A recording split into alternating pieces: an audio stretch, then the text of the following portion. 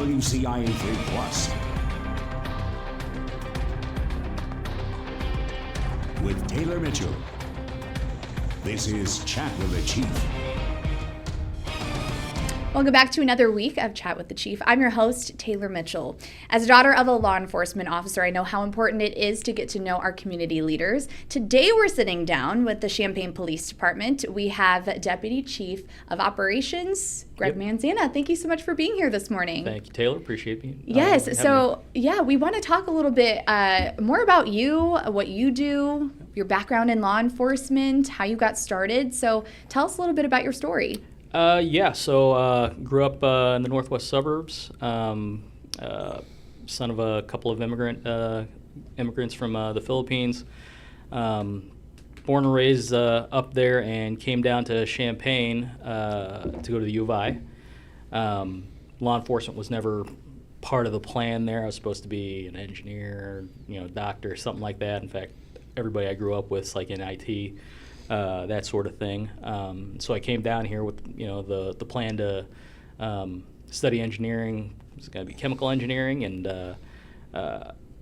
the universe had other plans. I came down here as a 17-year-old kid, which that's a lot. Went to the U of I.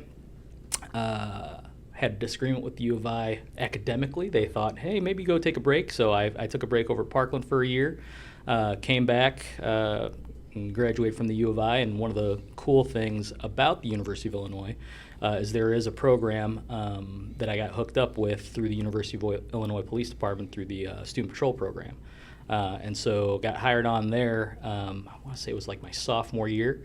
Worked my way through the ranks of that. By the time I was done, I was essentially running that program, and after the engineering thing fell through, I pivoted to wanting to go after law enforcement. I mean, law enforcement was never anything that I thought about. I'd never seen anybody that as short as me doing it. I'd never seen any Asian guys in law enforcement. So it didn't really track for me until I started working over there at the U of I Police Department, and suddenly I was all about it. I was in love with the idea of doing that type of work.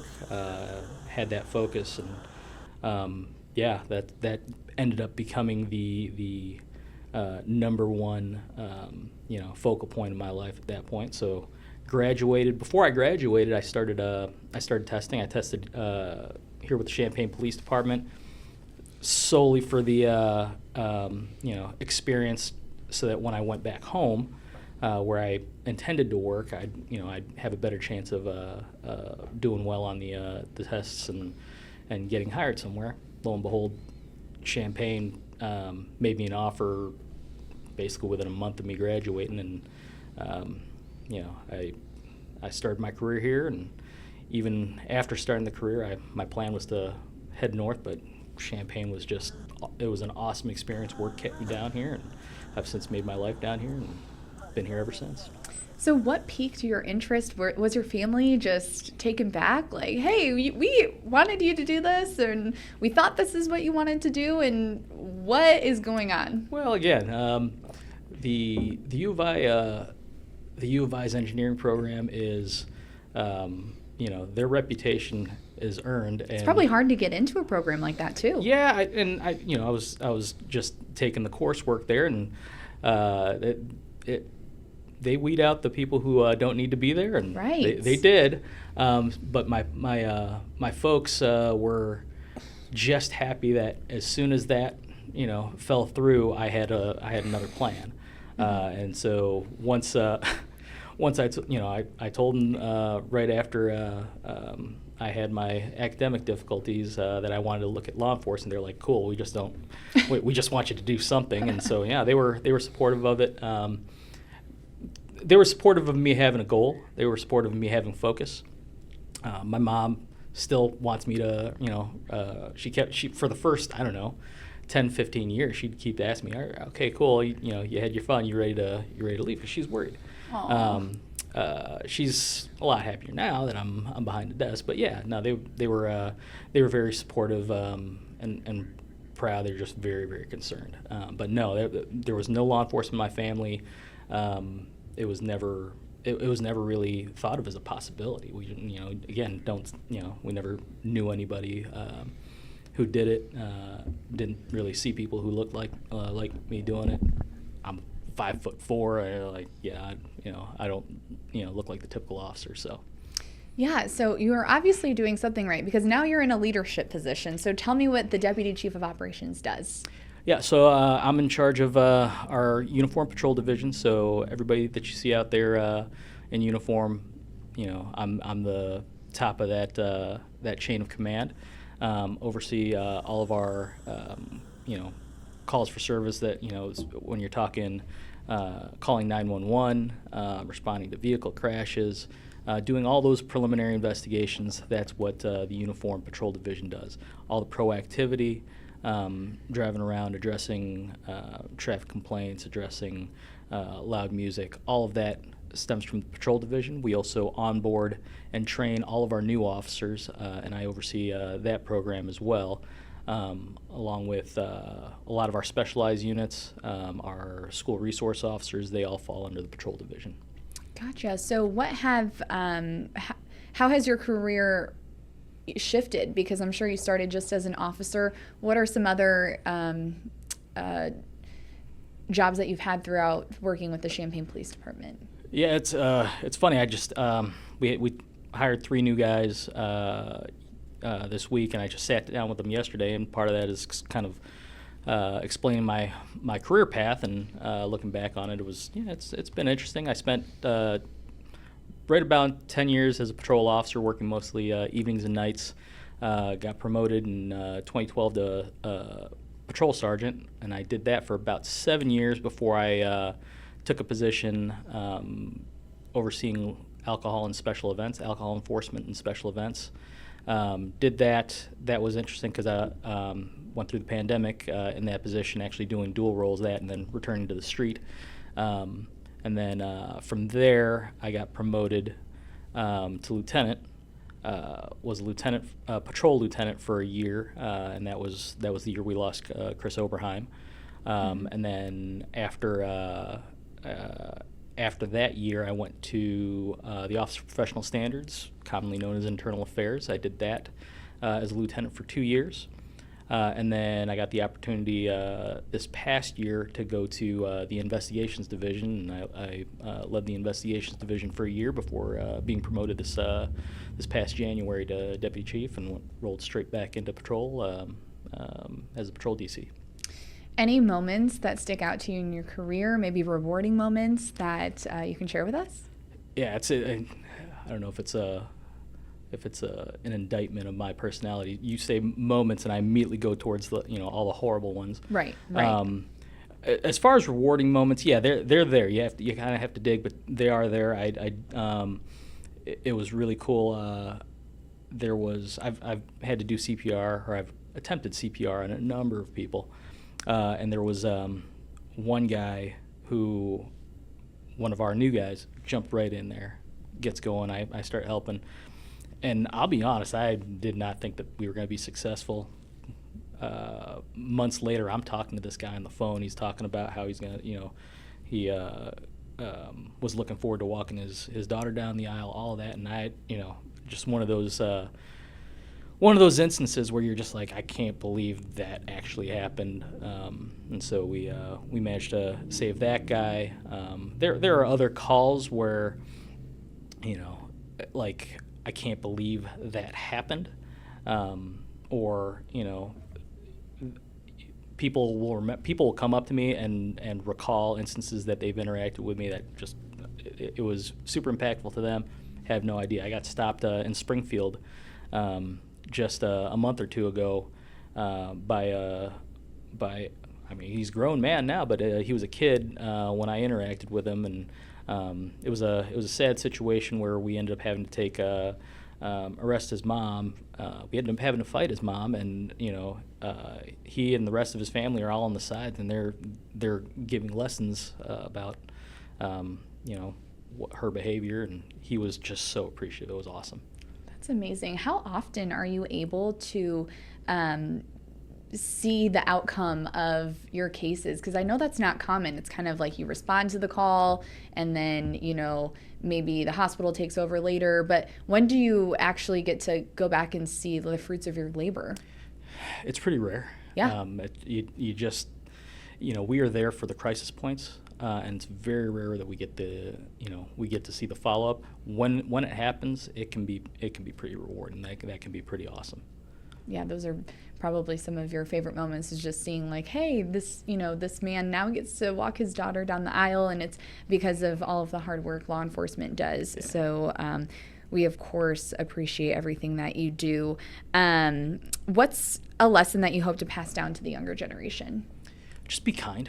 Just, one of the big things I talk to our new recruits is you can't be robotic. You can't, there has to be part of yourself in every call. Use your personality and empathize with people. You might not get the results you're looking for all the time, but you can't be accused of not being real with people, and showing some sincerity, showing some empathy. It will get you so much further, and really that can be the key to building that rapport so you can resolve whatever you're trying to resolve. Absolutely. Before we had to break, I want to ask you this. If you weren't in law enforcement, what other job do you think you would be doing right now? Is it the engineering? No, that's how it should have been, but I didn't. I wasn't able to hack that. I don't know. I imagine I'd probably be doing some sort of IT thing. IT? Yeah, probably. Do you know how to do are you tech savvy a little bit? Yeah, I have the reputation of being kind of our in-house technical support sometimes. So yeah. Your other job description then. Yeah, absolutely. Alrighty. Well, thank you so much for being here. We're going to talk to you again soon. But coming up after the break, we have another special guest from the Champaign Police Department. We're going to talk to him after the break. Don't go anywhere. Welcome back to Chat with the Chief. I'm your host, Taylor Mitchell. We are now joined by Joe Lambertson, who is the assistant to the police chief. Is that right? That is. Assistant to the police chief for community services and public information officer. It's a very long job title that means a lot and absolutely nothing. I get to talk to you all the time, or we all get to talk to you. You're the person we go to. Yeah, so my role with Champaign Police is communications and community engagement. FEMA would say it's about getting the right information to the right people at the right time to make the right decisions. And so when there's something going on in our community, whether it's a traffic crash or something more serious, it's my job to work with our officers, find out what's going on, and be that person who communicates it with the community. Yes, we really rely on you for information. And we're thankful for your partnership here at WCIA. Yeah. You're great at helping us to tell this story. Thank you. Yes. So even today, I had to reach out to you to, be able to do this interview with us. So I appreciate that. Okay, so let's talk a little bit about the police department, what you guys are doing right now, any maybe changes you've made. I know we did touch on it a little bit. You added 3 new officers, so you guys can even both tell us a little bit about that. Yeah. So Champaign Police has been actively hiring for several years now, and our staffing is starting to come together in positive ways. We actually just this week, yesterday, we did what we call our basic orientation course for 3 new officers, experienced officers that came to us from other departments. The great thing about experienced officers is that they come with their training. They don't have to go to the police academy, Nice. but we're still going to put them through field training and make sure that they're ready to serve our community to the standard that we would expect. But it's a great way to get people in the door who already know what they're doing, who already know how to operate a squad car, who know how to put the utility belt on. So are they officers from different areas Yes. coming to Champaign? Absolutely, yes. That's very cool. So why is it so important to make sure that they still have this necessary skills for the job?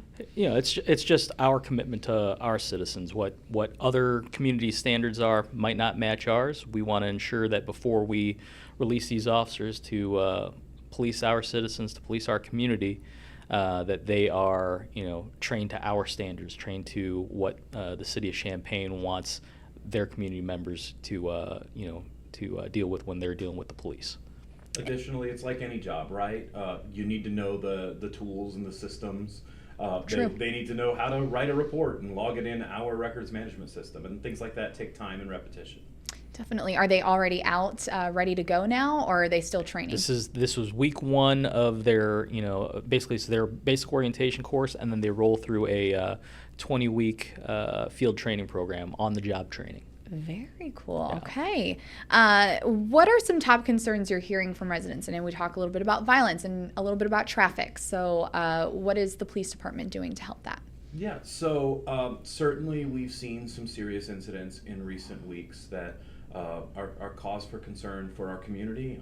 They're even hard on our officers who are responding. Those are incidents where we always reach back to the community, because ultimately there are times we don't know what we don't know, right? And so it's important for us to say, hey, Champaign, hey, community members, what you know, we need to know. It's going to help us in our investigation. It's going to help us bring justice to those who have been injured or worse. And so those incidents are what we would call a critical incident. But actually, I would say the number one complaint we field, hands down, is traffic. Yeah. Trying to get folks slowed down, trying to get folks to understand that yellow does not mean drive fast, beat the red. Right. And really, we've been doing a concerted push lately toward school zone safety, because believe it or not, school is coming back right around the corner. And so we're trying to remind folks to slow down in those school zones, put your cell phones down, and really be ready for that increased pedestrian traffic. Yeah, let's talk a little bit about going back to school. Any tips for parents? And then, like I said, people driving through school zones, just reminding people, the speed has changed. Right. Yeah. And again, it's a community response. Excuse me. Our community's children are starting to go back to school. We all need to be cognizant of that. Take care when we're going in the school zones. Pay attention at the crosswalks. If we do see, children out on foot, we just gotta, heighten our awareness there and be cognizant. Kids might do some, unpredictable things there, and so slowing down, being aware, getting off the devices, that's the key thing there, and just make sure we're taking care of our most vulnerable members of our community here. Definitely. And something that's just a national topic is building that trust between the community and the police department. So what are you guys kind of doing to help bridge that gap between the community and law enforcement? Yeah, so that's my bread and butter, right? That's what we do a lot of. Mm-hmm. Since Chief Tyler started with Champaign Police in June of 2022, we've had a philosophy of just say yes. So we have our own events, everything from something low barrier like Coffee with a Cop to something like the Stuff the Squad food drive. Really great opportunities to show the community how invested we are at giving back, or how simple it is to make a connection. But also, we just try to say yes to as many things as we can.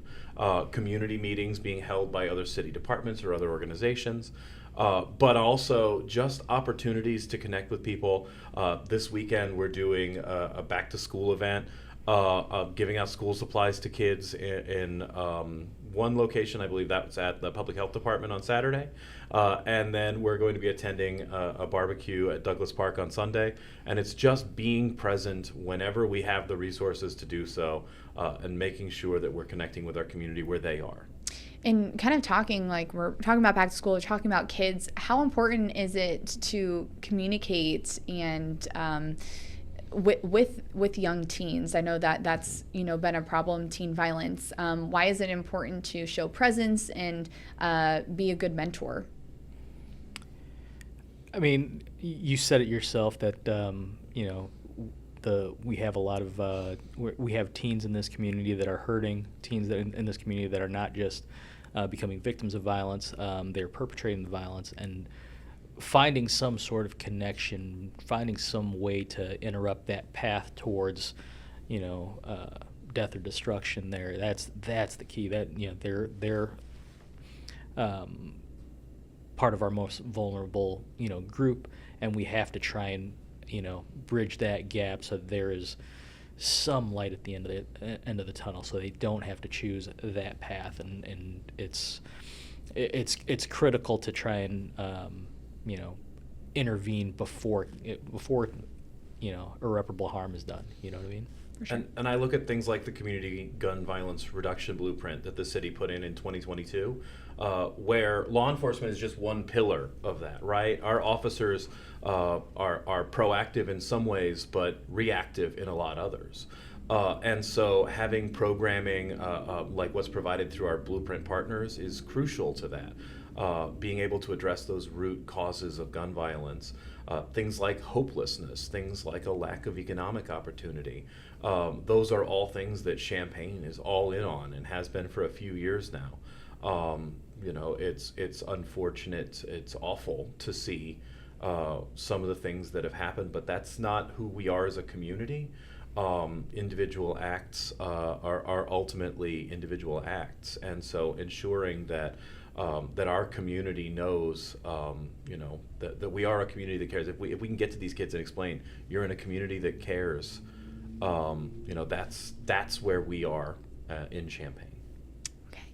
Well, I think this is a great place to take a break. And when we come back, we're going to hear from Greg Manzana, final thoughts with him and an experience that he will never forget. Stick with us.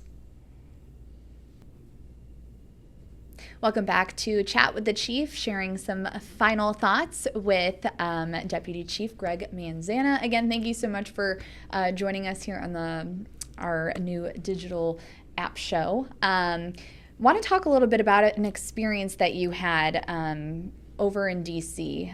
Talk a little bit about Chris Oberheim, who he is or who he was, and what you got to do. Yeah, so I mean, I've been doing this for going on my 24th year. The career-defining moment for me was losing Chris. I was his patrol lieutenant at the time that we lost him, and yeah, there's nothing in my career that's going to surpass that call whenever I'm reflecting back on my career. But yeah, we had an opportunity in the following year in May of 2022 to honor him along with all the other fallen law enforcement throughout the country in Washington, D.C. at the National Law Enforcement Memorial. Myself and Detective Art Miller, we took Chris's squad car, the car that he was driving the night that he was killed, which had been or has been restriped. We turned it into a memorial car for him. I had the honor of driving that out to D.C. And participating in all the ceremonies out there, and it was an incredible experience. It was a heavy week. I think everybody who was involved in that week, all of his family that flew out there, colleagues, that was it was an ordeal in and of itself, but it was powerful. It was really something else, being there with all these other surviving families, and being there with the family for the week was something I'll never forget. It was an incredible experience. Yeah, sounds like a very special moment, and you knew him pretty well. I'd worked with him for his entire career over at CPD. We'd been teammates on the SWAT team, and then I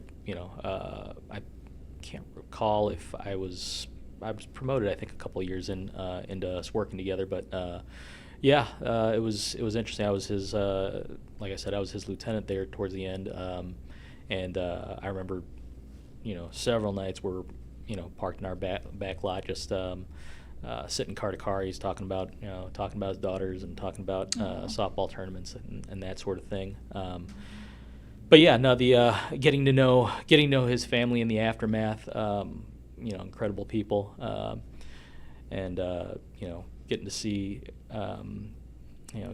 how they've borne all this and have been trying to pick up the pieces afterwards has been pretty powerful as well. But yeah, that opportunity to go out there at the memorial, which they do an incredible job out there. It was Mm-hmm. I was honored to be a part of that. It was a something I hope I never have to do as a mourner. I would love to go back and visit, and be part of Police Week and support other families that are mourning their officers. But it was an incredible experience. Yes. Yeah, something you'll never forget. Certainly. Well, thank you so much for sharing that moment with us. We're wrapping things up here. If you could get one message across to the public, what would that be? Again, it's be kind to each other. There's so much strife out there, and so many things that people have to deal with on a day-to-day basis. We don't need to complicate things and compound things by being nasty with each other. It's try and be nice, right? Yeah, absolutely. That's a great message to leave on. Thank you again so much for joining us. We hope to see you again maybe a little later in the year. Awesome. Appreciate it, Taylor. Absolutely. Well, we're going to have another Chat with the Chief coming up next week. Where are we going to be? Find out. We'll see you later.